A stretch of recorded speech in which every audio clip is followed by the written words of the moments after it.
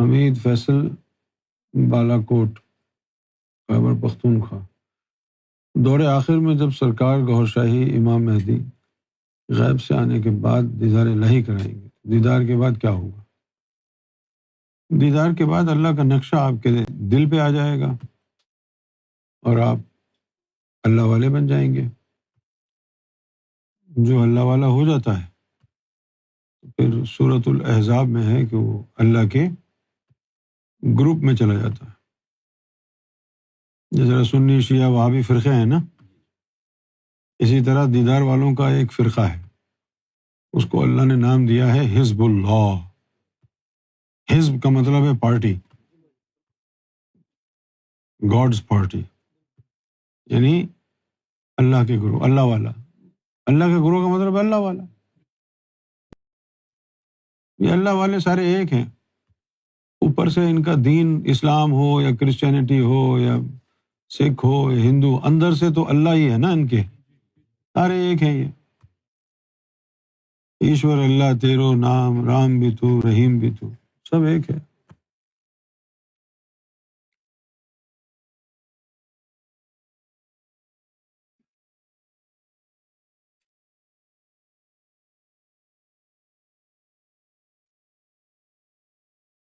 اسامہ فاروق چکوال، میرا سوال ہے کہ پہلے بھی سرکار کی طرف سے اعلان ہوا کہ ہم صرف تیرے ہیں۔ ایک دن میں نے سرکار سے دعا کی کہ ایک بار فرما دیں کہ ہم صرف تیرے ہیں، کہتے کہ ساتھ ہی آواز آئی سینے میں کہ ہم صرف تیرے ہیں، اور دل کا ذکر بھی تیز ہو گیا۔ آپ بتائیں کہ دعا سرکار کی ذات سے کی تھی یا سرکار کی ذات کی طرف سے الہام تھا؟ بالکل، تم سرکار کو مانگ رہے ہو نا کہ مجھے سرکار صرف تو چاہیے،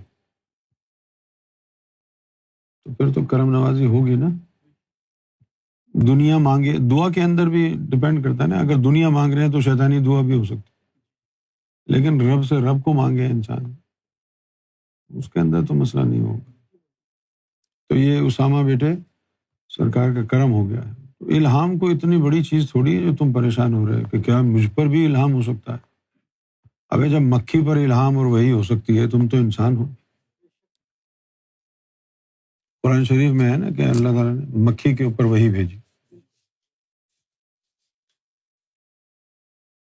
اب ہو سکتا ہے کہ کسی صحابی سے یہ غلطی سے لکھی گئی ہو بات، کیونکہ اس بات سے تو پورا کا پورا نظام اللہ کا خراب ہو جاتا ہے، کیونکہ وہی تو نبیوں پر آتی ہے۔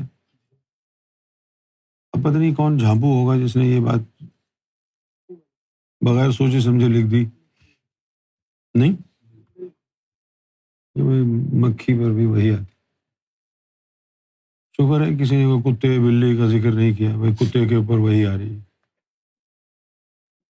کتا ولی اللہ۔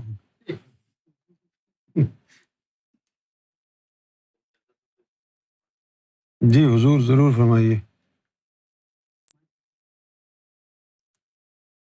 یہ سورہ نحل ہے۔ پھر آپ ادھر ہی بیٹھے رہے، آپ نے وہ دعا بھی کرنی ہے نا بعد میں۔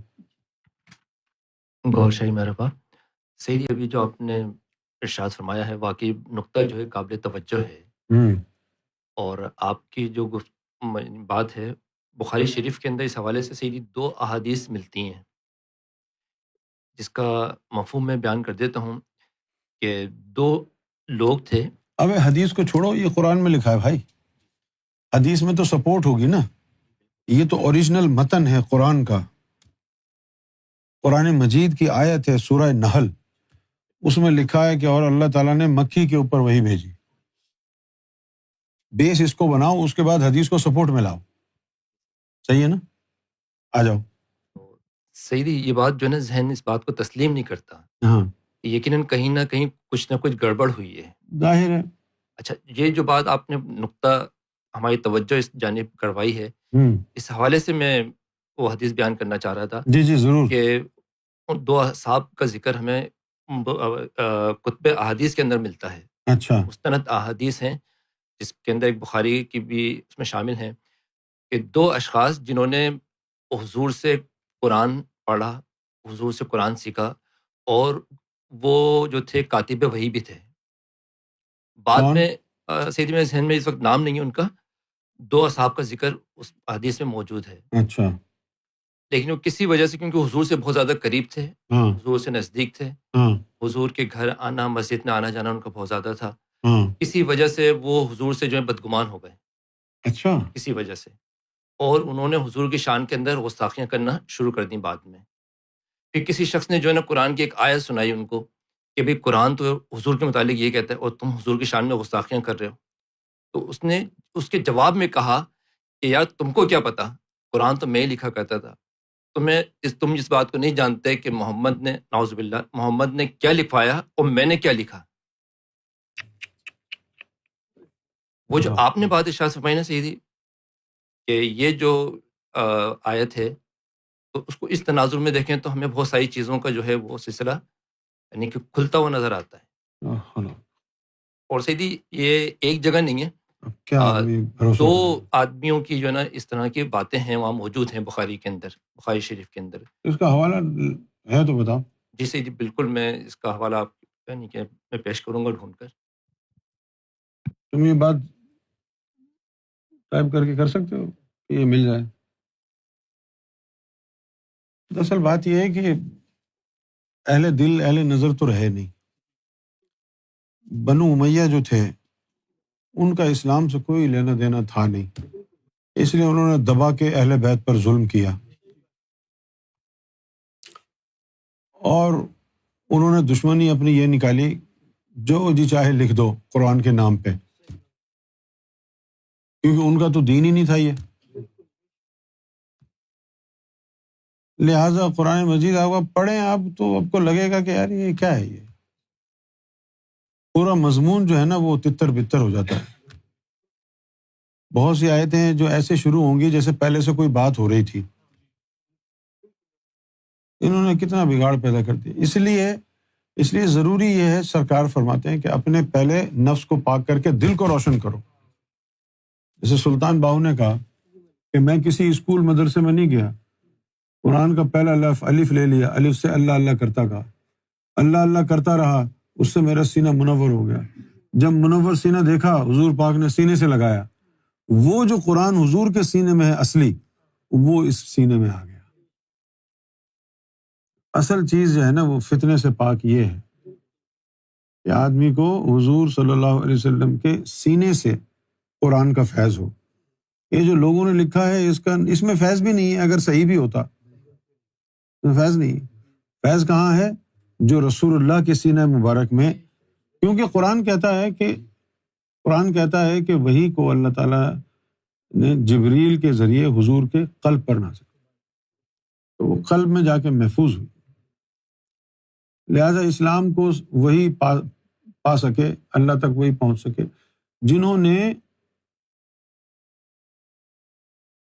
اس قرآن سے فیض لیا جو رسول اللہ کے سینے میں، اور وہ کبھی گمراہ نہیں ہو۔ اب دیکھو نا قرآن کیا کہتا ہے، الف لام میم ذالک الکتاب لا ریب فی، کہ وہ کتاب شخص پاک ہے۔ اور تم تو ہاتھ میں لے کے پڑھ رہے ہو، یہ کہنا چاہیے تھا نا کہ یہ جو پڑھ رہے ہو یہ شخص پاک ہے، لیکن اس نے کہا نہیں، ذالک الکتاب، وہ کتاب شخص پاک۔ وہ کون سی کتاب ہے جو شخص پاک ہے؟ وہ اشارہ ہے حضور کے سینے میں جو نازل ہوا وہی محفوظ ہوا۔ اسی لیے علامہ اقبال نے کہا تھا کہ جس کی رسول اللہ تک رسائی ہو گئی اس نے دین کو پا لیا، کہ حضور کی ذات سراپا دین ہے، اور اگر بہو نہ رسیدی اور جو ان تک نہ پہنچ سکا تمام بھولا، پھر نمازیں بھی گئی، روزے بھی گئے، سب گیا۔ اور آج یہی ہوا ہے۔ آپ دیکھیں کوئی صحابہ کے نعرے لگا رہا ہے، کوئی ولیوں کے نعرے لگا رہا ہے، کسی کو رسول اللہ کی محبت کا نہیں یاد کہ اسلام کی روح جو ہے وہ رسول اللہ صلی اللہ علیہ وسلم کی محبت ہے۔ حضور کی محبت کے بغیر کوئی اسلام نہیں۔ حضور کی محبت کے بغیر سرکار نے فرمایا تھا ذکر قلب نہیں ملتا۔ سب سے پہلے سرکار نے فرمایا کہ ذکر قلب جب عطا ہوتا ہے، سب سے پہلے یہ دیکھا جاتا ہے کہ یہ حضور صلی اللہ علیہ وسلم کے بارے میں اس کا گمان کیا ہے، نبی پاک صلی اللہ علیہ وسلم سے محبت ہے اس کو یا نہیں۔ اگر رسول اللہ سے محبت نہیں ہے، ان کے بارے میں عقیدہ ٹھیک نہیں ہے، اللہ تعالیٰ ریجیکٹ کر دیتا، بولے تو حضور کی محبت سب سے بڑی چیز ہے۔ اگر حضور کی محبت نہیں ہے تو پھر کچھ بھی نہیں۔ میں کہتا ہوں کہ اگر حضور کی محبت ہو جائے پھر قرآن نہ بھی لیں تو خیر ہے، حضور ہی کافی ہے تیری ہدایت کے لیے۔ بتا، حضور کافی نہیں ہے تمہاری ہدایت کے لیے؟ حضور کافی نہیں ہے بھائی، جو فالو انہیں کو کرنا ہے۔ تو قرآن میں تو یہ کہتا ہے، قل ان کنتم تحبون اللہ فاتبعونی یحببکم اللہ ویغفر لکم ذنوبکم۔ کہ تم اگر اللہ سے محبت کرنا چاہتے ہو تو رسول اللہ آپ فرما دو کہ میری اتباع کرو، تو پھر اتباع حضور کی تو کیا نتیجہ کیا نکلے گا؟ یحببکم اللہ، اللہ تم سے محبت کرے، ویغفر لکم ذنوبکم، تمہاری خاطر تمہارے گناہوں کو بھی معاف کر دے گا، بخش دے۔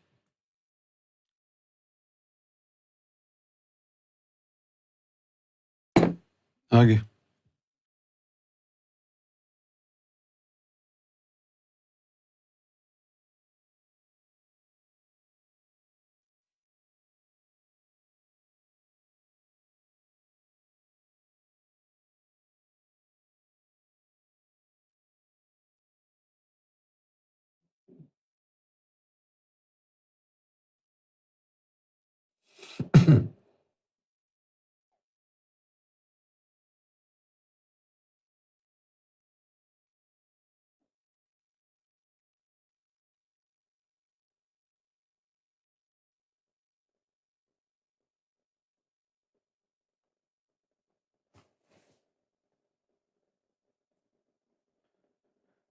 ہاں، یہ کس کی ہے یہ حدیث؟ عبداللہ ابن سعد۔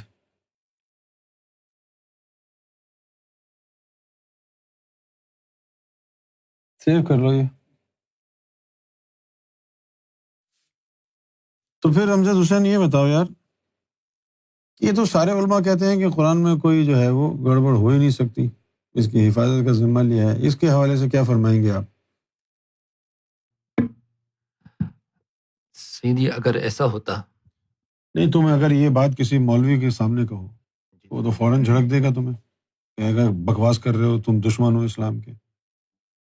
آپ کہیں گے کہ یہ حدیث ہے، وہ کہے گا یہ حدیث بھی جھوٹی ہے۔ اصل میں مولویوں میں تو سیدھی بات سننے کی جسارت نہیں ہے، علمی طور پر آئیں، بیٹھیں، گفتگو کریں اس موضوع کے اوپر۔ نہیں، ان کا ایجنڈا ہے نا، تمہاری کیوں سنیں گے وہ؟ ہم بھی تو اسی انہیں کو اسی کو لے کے چلنا ہے نا آگے، تاکہ اسلام کسی کی سمجھ میں نہ آئے، ہے نا؟ اور پھر آپ یہ دیکھیے کہ اگر کہ خود قرآن اس بات کی شہادت دے رہا ہے، قرآن مجید کے اندر ذالک الکتاب لا ریب فیہ، یعنی کہ یہاں پر جو ذالک الکتاب کا جو وہ ترجمہ کرنے والے بھی جاہل ہیں، جاہل ذالک کا ترجمہ بھی یہ کر رہے ہیں، یہ کر رہے ہیں، حالانکہ یہ نہیں، حالانکہ ذالک کا مطلب ہے وہ۔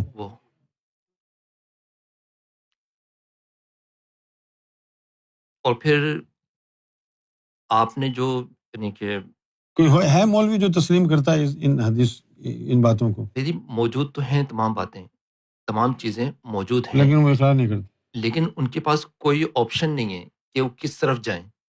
اگر وہ اس بات کو تسلیم کر لیں بالمحالہ کہ جی ہاں ایسا ہوا ہے، تو بس اسلام ختم۔ اسلام ختم۔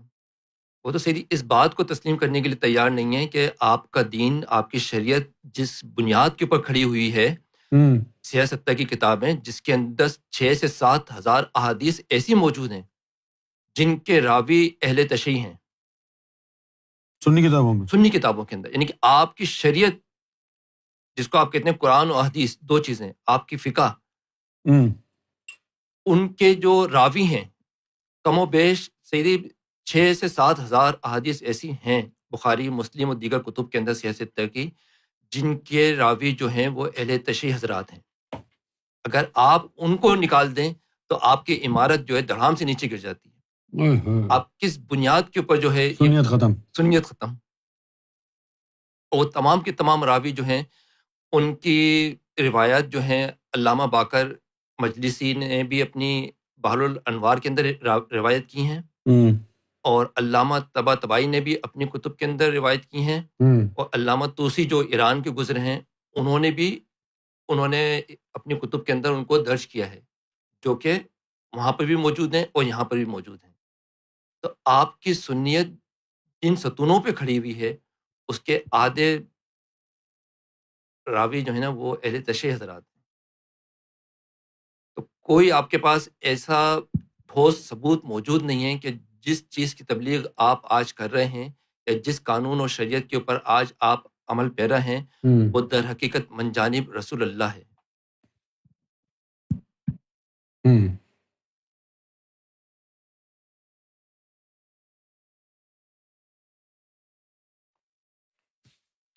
امام احمد بن حنبل شریعت کے 4 مصلح ہیں، 4 ائمہ شریعت ہیں، جن میں امام ابو حنیفہ، سنیوں کے امام ابو حنیفہ، امام شافعی، امام مالک، امام احمد بن حنبل۔ امام احمد بن حنبل جو تھے وہ اہل بیت سے، مولا علی سے اتنی محبت کرتے تھے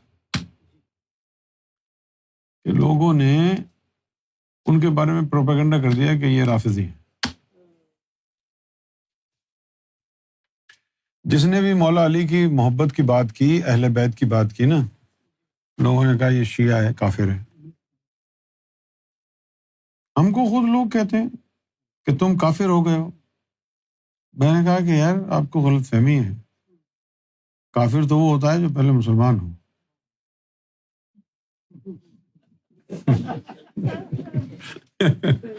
نہیں، تو ازل سے ہی کافر ہے۔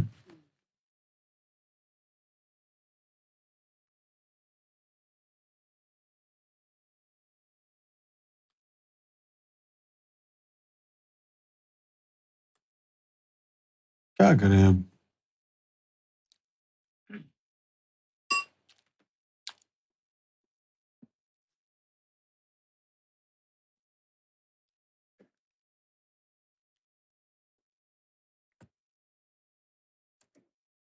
اسلام کے ساتھ جو کھلواڑ کیا ہے بنو امیہ کے لوگوں نے،